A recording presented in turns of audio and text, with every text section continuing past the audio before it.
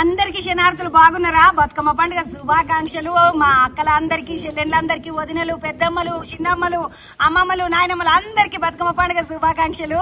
ఇగో బతుకమ్మ పండుగకు పోరలు అందరు బతుకమ్మ ఆడుతున్నారు, కానీ నాకు ఒకటి బాధ. పోరలకు నేర్పాలే కదా మనము సప్పట్లు కొట్టుకుంటా బతుకమ్మ పాటలు పాడుకుంటా ముద్దుగా బతుకమ్మ ఆడుకోవాలని చెప్పాలి కదా. పోరలకు ఒకటే డీజే వేసుడు, ఎగురుడే ఎగురుడు, మళ్ళీ మీదకి చెప్పులు వేసుకుని ఎగురుతున్నారు. జర చెప్పుండి, ఇట్లా గౌరవం ఉంటది బతుకమ్మల కాడ. ఒకసారి చూపెట్టుతామి, ఆడ గౌరమ్మ ఉన్నది. ఆ గౌరమ్మను పెట్టుకొని బతుకమ్మ దగ్గర చెప్పులు వేసుకొని ఆడు ఎంత గలీజు.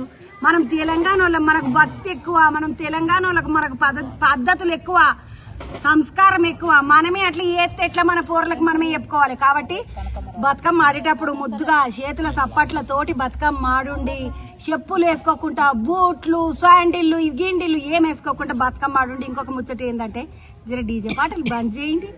మీరు వాడుండి ముద్దుగా కోలాటాలు వేసుడు, డీజేలకి ఎగురుడు కాదు బతుకమ్మ పండుగ అంటే. మన బతుకమ్మ, మన తెలంగాణ బతుకమ్మ మంచిగా సపట్లు కొట్టుకుంటే పాటలు పాడుకుంటే బతుకమ్మ పాటలు పాడుకుంటే చేయండి.